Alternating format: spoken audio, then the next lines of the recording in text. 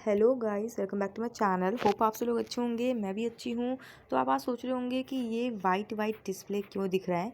ये white display से दिख रहा है क्योंकि आप लोगों ने मुझे क्वेश्चन पूछे थे। मेरे 2 सब्सक्राइबर हैं जिन्होंने मुझे एक सेम क्वेश्चन पूछा, तो मैंने दोनों को रिप्लाई तो कर दिया, बट उन्होंने मुझे सेम क्वेश्चन पूछा, तो मुझे लगा शायद हो सकता है कि और भी लोगों के माइंड में ये क्वेश्चन आता हो या फिर नहीं आया हो, तो मैं उनके माइंड में डाल देती हूँ और उसका आंसर भी देती हूँ।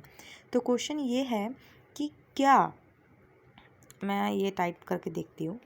क्वेश्चन हमारा ये है कि क्या दिल्ली से किया हुआ जो डीएलएड है, आपने दिल्ली से डीएलएड किया है, तो क्या वो अदर स्टेट्स में वैलिड माना जाएगा।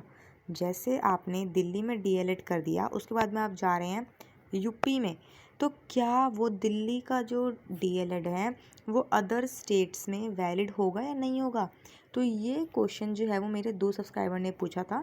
उनकी लैंग्वेज अलग तरीके से थी, मतलब उन्होंने पूछा अलग तरीके से था, बट उनका निचोड़ यही था, मतलब यही था। तो मुझे लगा इसके बारे में आप लोगों को पता होना चाहिए। तो अगर आप दिल्ली से डीएलएड करते हैं तो वो आप कहीं और जाके वैलिड माना जाएगा या नहीं माना जाएगा, मैं आपको ये आज वीडियो में बताने वाली हूँ। तो इसलिए सबसे पहले आप वीडियो को लाइक कर दीजिएगा, बिकॉज लाइक करना आप भूल जाते हैं। व्यूज़ चलो फिर भी हो जा रहे हैं, बट लाइक बिल्कुल नहीं हो पाता है, तो लाइक करना भूल जाते हैं, वो आप पहले कर दीजिए। ओके, कर दिया। ओके, अब हम स्टार्ट करते हैं वीडियो को। तो मैं आपको बताती हूँ सबसे पहले कि दिल्ली से लोग डीएलएड करना प्रेफर क्यों करते हैं। दिल्ली से लोग डीएलएड इसलिए प्रेफर करते हैं क्योंकि दिल्ली में डीएलएड 12th के बाद ही हो जाती है। उसके अलावा अगर आप यूपी में देखोगे तो यूपी में आपको ग्रेजुएशन के बाद होती है, ठीक है। तो यूपी में आपको 3 साल और वेट करना पड़ता है, यहाँ पे आपका 12th के बाद डायरेक्ट हो जाता है, इसलिए लोग दिल्ली से प्रेफर करते हैं, ठीक है। अब मैं आपको ये मैंने डिफरेंस बताया है छोटा सा, हो सकता है अदर स्टेट्स में और डिफरेंट हो। अब जैसे एक पर्सन है ए, उसने क्या किया, उसने दिल्ली से डीएलएड कर लिया। अब उसने दिल्ली से डीएलएड कर लिया 12th के बाद, ठीक है। अब 12th के बाद डीएलएड करने के बाद उसने सोचा कि मैं यूपी की हूँ तो मैं यूपी जाऊँगी, तो उसने क्या किया, वो यूपी चली गई। अब उसने यूपी में जाके, उसको यूपी में ही रहना है, यूपी में ही एग्ज़ाम देना है, तो यूपी में जाके उसने क्या किया, यूपी टेट दे दिया। उसका यूपी टेट हो गया, उसके बाद उसने सुपर टेट दे दिया। तो इस तरीके से क्या हुआ, उसकी यूपी में जॉब लग गई और वो यूपी में ही सेट हो गई।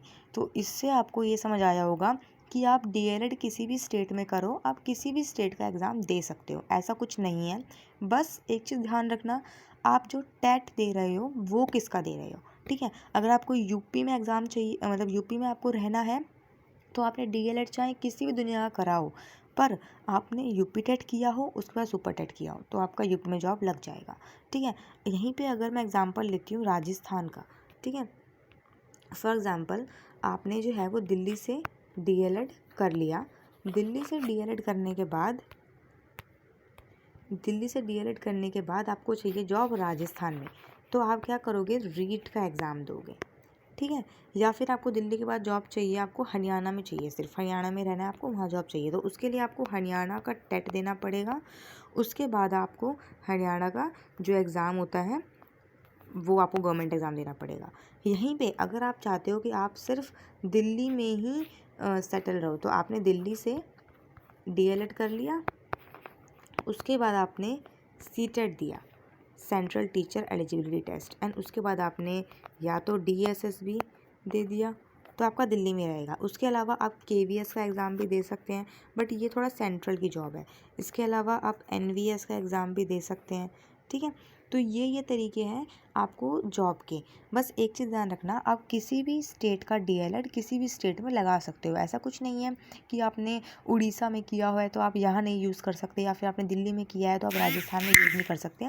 आप किसी भी स्टेट का डीएलएड किसी भी स्टेट में जॉब लेने के लिए एलिजिबल माना जाता है। बस ध्यान रखना कि अगर आपको यूपी में एग्ज़ाम, मतलब यूपी में आपको जॉब चाहिए तो आपको यूपी टेट देना पड़ेगा, राजस्थान में चाहिए तो आपको रीट देना पड़ेगा, दिल्ली में चाहिए तो आपको सी टेट देना पड़ेगा, पंजाब में चाहिए आपको पंजाब का टेट देना पड़ेगा, उत्तराखंड में चाहिए तो उत्तराखंड का टेट देना पड़ेगा।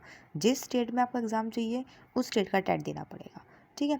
बहुत सारे लोग दिल्ली यूनिवर्सिटी में बीएड के लिए एंट्रेंस देते हैं और बीएड में उनका नाम आ भी जाता है, तो वो यहाँ पे पीजी ले लेके रहते हैं। तो वो लोग क्यों रहते हैं, क्योंकि ऐसा नहीं है कि सिर्फ दिल्ली में जॉब चाहिए, वो कहीं भी अप्लाई कर सके। ठीक है, तो आपने चाहे बीएड किया हो, चाहे डीएलएड किया हो, बीएलएड किया हो, कोई भी टीचिंग कोर्स आपने कहीं से भी किया हो, ये चीज़ मैटर नहीं करता। मैटर ये करता है कि आपके मार्क्स कितने हैं। दूसरी बात, आप कहाँ पे जॉब लेना चाहते हैं, उस स्टेट का आप एग्ज़ाम दीजिए और क्वालिफाई कीजिए, आपकी जॉब आपके हाथ में होगी।